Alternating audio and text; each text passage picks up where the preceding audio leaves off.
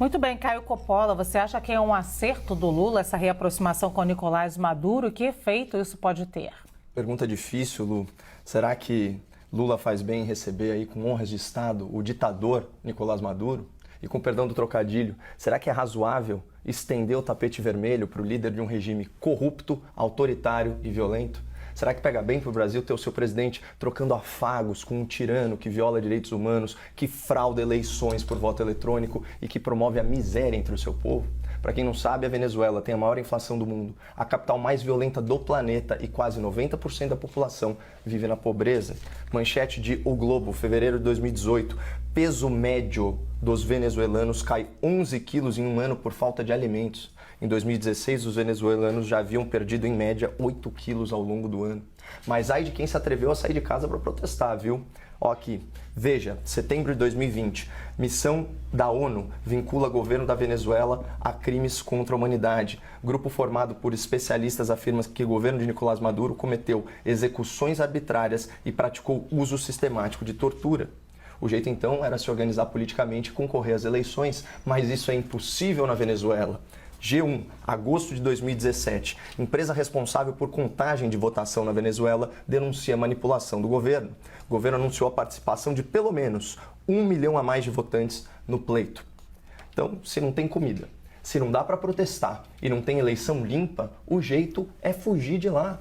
Segundo aqui o escritório do Alto Comissariado das Nações Unidas para Refugiados, há 5 milhões e 400 mil refugiados e imigrantes venezuelanos ao redor do mundo.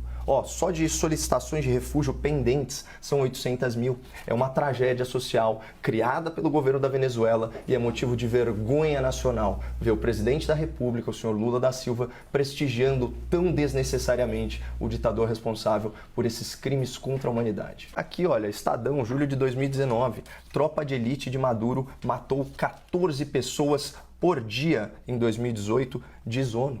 Quem está dizendo isso é o relatório da alta comissária para direitos humanos, Michelle Bachelet. Direitos humanos, esse assunto que você colocou en passant na sua resposta, muito mais focada no Bolsonaro do que no Lula, né?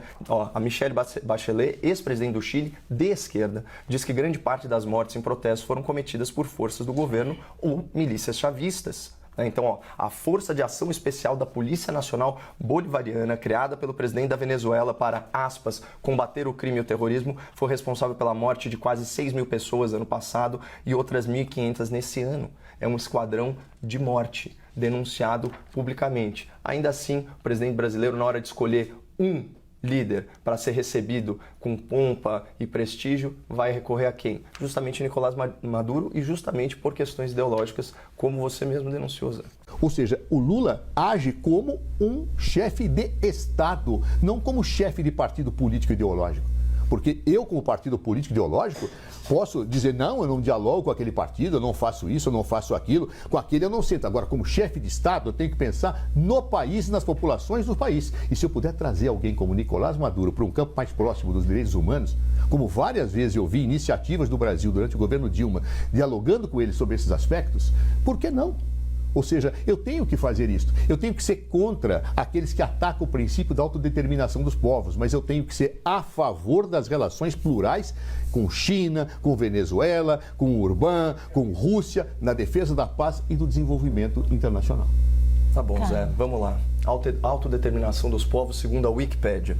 A autodeterminação dos povos é o princípio que garante a todo povo de um país o direito de se autogovernar, realizar escolhas sem intervenção externa, exercendo soberanamente o direito de determinar o próprio estatuto político. Como é possível falar em autodeterminação dos povos na Venezuela, quando você tem uma manchete como essa, O Globo, outubro de 2017, Organização dos Estados Americanos denuncia fraude em eleições venezuelanas, resultado ilegítimo, chavismo elegeu 18 governadores, ou seja, trata-se de uma ditadura na qual o povo, quando se manifesta, é morto nas ruas. O filtro aqui não é ideológico, não é ideológico. O filtro aqui é moral, é de ética, é de direitos humanos. Você me pergunta? Só pergunta. E a Hungria, não é? Por que você não fala da Hungria no mesmo tom? Porque a pergunta não é sobre a Hungria. Mas eu estou te fazendo agora. E a Hungria? Nunca foi o mesmo Você enquadra debate. a Hungria na mesma situação? Eu não conheço a situação da Hungria nesse nível de detalhamento. Mas se eu estudar a situação da Hungria e ficar claro que assim como a polícia é chavista tem um esquadrão da morte, você pode ter certeza que eu vou repudiá-lo aqui. Agora, o que eu não ouço é você repudiar as ações venezuelanas. Acabei de repudiar agora. Eu tenho críticas à Venezuela. Acabei de então, dizer que eu tenho críticas. Admita que é um ditador, que é um torturador que é um assassino. Não. Admita aqui em rede nacional, são os relatórios da ONU. Eu não vou admitir o que você quer, eu admito o que eu acho. Tudo bem. É o que você acha, mas o que você acha não condiz com os fatos, Os teus fatos, os não meus com os meus. fatos. Os fatos da Organização dos Estados Americanos, os fatos da ONU. A Organização dos Estados Americanos. Os fatos da oposição venezuelana, os fatos de 5 da oposição milhões de pessoas. venezuelana. Os 5 milhões de pessoas que abandonaram a sua pátria com roupa do corpo. Né, e foram se exilar, os 800 mil pedidos de refúgio. Essa é a tua Você versão. vai negar a violência. A minha versão. Eu não estou negando a violência, eu estou negando o seu a filtro parcialidade para esse... Xingue-os do que você acusa, do que você faz. O meu filtro é do direitos humanos. Eu só li aqui notícias. Notícias. Fatos. Aqui na CNN, a gente começa com os fatos. A partir daí, a gente constrói Por que opiniões. você acha que o Brasil deve manter relações com a China? Com certeza, porque é um Hungria parceiro também, comercial Rússia relevante. também, e Rússia não? Pô, a gente dependia dos fertilizantes Depende deles, do comércio, não dos valores. Não é então, isso. Se é relevante, mantém. Você só pesa. Percebe? Você está querendo comparar a relação econômica do Brasil com a Rússia do Brasil não. com a política, Venezuela? É política. A gente não depende da Venezuela, a gente depende do fertilizante russo. A Venezuela. Sem dúvida nenhuma. E outra então, coisa, se eu sou dependente, eu sou subserviente. É não, isso? mas são coisas distintas. Não, agora, bem você distintas. falar, Zé, você está interrompendo agora, eu já fui muito gentil com os seus apartes. Não, eu fiz pergunta, né? Você podia fazer agora, pergunta, você aceitou. Mas peço desculpa. E depois, não, tudo bem. Agora é o seguinte, primeiro, algumas coisas. Se a política externa do Brasil tivesse sido o desastre que você coloca aqui para a nossa audiência, como explicar o recorde na balança comercial brasileira, recorde de volume de exportação, recorde de valor de saldo líquido positivo, teve ano de mais de 60 bilhões de dólares de recorde, aumento nas exportações da China. Então, quem demoniza a política externa do governo passado não é certamente o Partido Comunista Chinês e o governo da China. É a oposição brasileira. E é legítimo, você está fazendo. Agora, eu não vou discutir violação de direitos humanos na Venezuela, Zé. Isso é um dado da realidade, a realidade se impõe. Morreram centenas de pessoas. A gente aqui está falando matéria da imprensa tradicional, gente séria, falando em 18 mortes por dia. Eu não vou debater isso.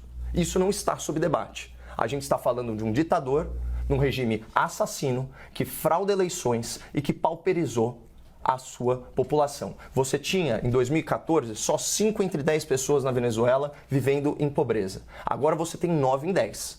Esses são os fatos, sabe? Isso a gente não vai discutir. Agora, tudo bem, olha, poderíamos ter relações mais próximas e tal. Sabe, vamos falar, quem recebeu o Nicolás Maduro, você sabe? Além do Lula, esse bastião da democracia, só os países do OPEP. Irã é uma democracia? Kuwait é uma democracia? Argélia é uma democracia? Turquia é uma democracia? Esses são os países que receberam Nicolás Maduro. E agora a gente tem o nosso presidente da República, ele não está dialogando com o Nicolás Maduro, ele está pagando pau, ele está passando pano, ele está lá como um vassalo ideológico, legitimando esse monstro. Nicolás Maduro é um monstro, não segundo a minha opinião, segundo os fatos relatados pela ONU, relatados pela Michelle Bachelet.